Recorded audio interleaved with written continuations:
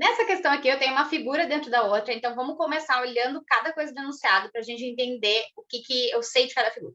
Então, eu tenho um pentágono regular ABCDE de lado 1. Então, aqui, ó, esse pentágono de fora, o ABCDE, tem lado 1. Então, quer dizer que essa medida aqui é 1, essa medida aqui é 1 também, essa medida aqui é 1 também, essa medida aqui é 1 e essa aqui é 1 também. Quando tem uma figura assim meio esquisitinha, na verdade, em qualquer figura, eu acho interessante a gente ir botando as medidas que a gente sabe, tá? Para facilitar a nossa vida. Bom, tomando-se os pontos médios, se eu estou tomando ponto médio, para tudo. Falou ponto médio, então quer dizer que esse J aqui é ponto médio, logo essa medida é 1/2. E aqui vai ser 1/2 também, aqui vai ser 1/2 também, blá, blá, blá, blá. Então, já sei todos esses 1/2 aqui. E aí a gente forma um novo pentágono, que é esse pentágono FG, H e J, e a gente quer saber a medida do lado desse pentágono. Ou seja, a nossa pergunta é quanto é que é essa medida aqui, que eu vou chamar de X. Bom, preciso chegar então nesse X. Eu sei que esse lado aqui é 1/2, esse lado aqui é 1/2. Eu posso utilizar alguma relação, tipo, sei lá, se eu tenho só lados, né? Pensaria em áreas, mas eu não tenho nada de área aqui para botar. Eu poderia pensar em Pitágoras, mas eu não tenho triângulo retângulo aqui para poder fazer Pitágoras. Então, o que eu já está me direcionando isso, além do que eu olho aqui nas alternativas? Trigonometria. Então, se eu estou indo lá para o caminho da trigonometria, eu posso ou utilizar alguma das leis que eu já conheço, por exemplo, lei dos cossenos, lei dos senos, que aí eu não preciso montar um triângulo retângulo, ou vou ter que desencavar um triângulo retângulo aqui nesse negócio para conseguir aplicar seno e cosseno. Aplicar a lei dos cossenos aqui não seria exatamente muito vantajoso, tá? Primeira coisa, para a gente poder aplicar a lei dos cossenos ou trabalhar com a trigonometria de uma forma geral, eu preciso de mais informações sobre ângulos. Mas isso eu consigo chegar. Tem uma fórmula que fala sobre a soma dos ângulos internos de qualquer polígono, mas eu não vou falar sobre ela, porque ela não é uma fórmula que eu considero que ela é tão importante, porque ela não é super, hiper comum de aparecer.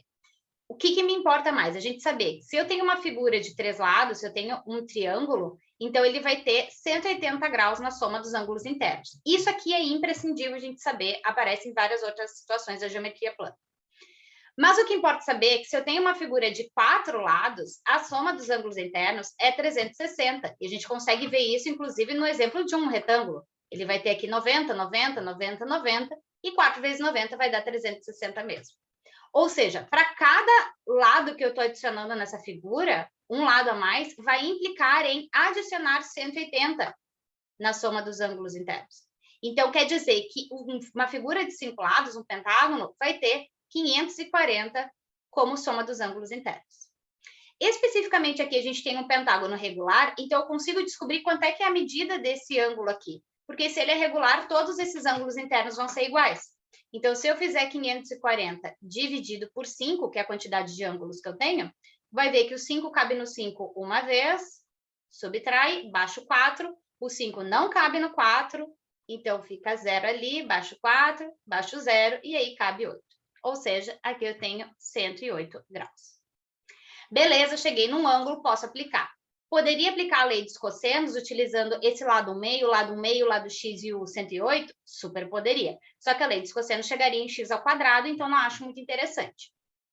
O que eu posso fazer, então? Primeira coisa, vamos olhar um pouco mais esse triângulo AJF. Se eu sei que a soma dos ângulos internos de qualquer triângulo é 180, então quer dizer que quando eu juntar o 108 com este ângulo aqui e com este ângulo aqui, tem que dar 180. A questão é que esse triângulo é um triângulo que é isósceles, porque eu tenho um lado 1/2 e o outro lado também é 1/2. Então, isso quer dizer que esses ângulos em azul aqui que eu marquei, eles têm que ter a mesma medida.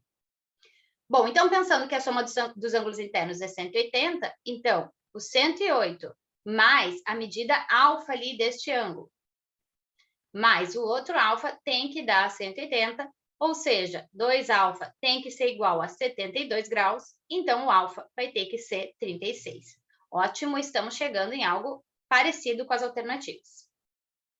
Então, o que a gente pode fazer com esse 36 ou com esse 36 aqui? Aí a gente pode traçar uma perpendicular. Por quê? Para eu poder fazer relação de seno e cosseno, tem que ter um triângulo retângulo aqui nessa história. Então, eu vou traçar aqui uma perpendicular. Quando eu traço essa perpendicular, e aí é muito importante, né? O que eu sei sobre essa perpendicular? que, já que isso aqui é um triângulo isósceles, eu tenho aqui um ângulo de 36, aqui um de 36. Dentro desse triângulo aqui pequenininho, que eu estou marcando em rosa, eu tenho o ângulo de 36, eu tenho um ângulo de 90, porque eu tracei desse jeito, e eu tenho um outro ângulo aqui. E no triângulo aqui do lado, eu tenho também um de 36 graus, também o de 90, e este outro ângulo. Eu sei que esses triângulos aqui são semelhantes, mais especificamente, eles são congruentes, eles vão ser iguais. Então, com certeza, no momento que eu traço essa perpendicular, eu sei que eu estou dividindo essa medida aqui na metade. Tá? Isso aqui eu sei que parece um preciosismo, mas se a gente for pegar um triângulo que ele não é isósceles, eu não vou ter essa garantia de que a perpendicular dividiria o x em x sobre 2 em x sobre 2. Então, é importante a gente conseguir analisar isso para ter certeza de que está indo no caminho certo. Então, naquele triângulozinho rosa ali que eu fiquei, tá? Vou fazer ele aqui. Eu tenho aqui, vou chamar isso aqui de ponto P, só para dar um nome ali para aquele vértice. Aqui eu tenho o F, aqui eu tenho o ângulo de 36 e aqui eu tenho o A. Eu sei que o segmento AF é 1/2. Eu sei que o segmento AP eu não tenho calculado. E eu sei que o PF é x sobre 2. Então, agora eu vou pensar nesse triângulo, o que eu tenho e o que eu quero. Eu posso escrever ele a partir de um seno? Posso, só que seno de 36 aqui seria dado pelo cateto oposto pela hipotenusa. E eu não tenho o cateto oposto, então não é exatamente muito vantajoso. Então, o que eu vou fazer? Vou escrever ele pelo cosseno, porque eu sei que o cosseno de 36 vai ser dado pelo cateto adjacente pela hipotenusa. E no caso, o cateto adjacente é x sobre 2 e a hipotenusa é 1/2. Então, o cosseno de 36 vai ser, conserva a fração de cima, multiplica pelo inverso da de baixo, então o x é cosseno de 36. Ou seja, a medida do lado desse novo pentágono vai ser cosseno de 36. Nessa questão aqui, talvez a outra coisa que a gente poderia pensar era tentar traçar um triângulo fora aqui, e daí faria que esse ângulo é de 72, talvez pudesse ir por esse lado, aí a gente sabe ali que aquela hipotenusa é 1/2, mas fora essas relações assim, trigonométricas, não consegui pensar alguma outra forma, tá? Eu acho ainda que esse jeito que eu fiz é o jeito mais fácil.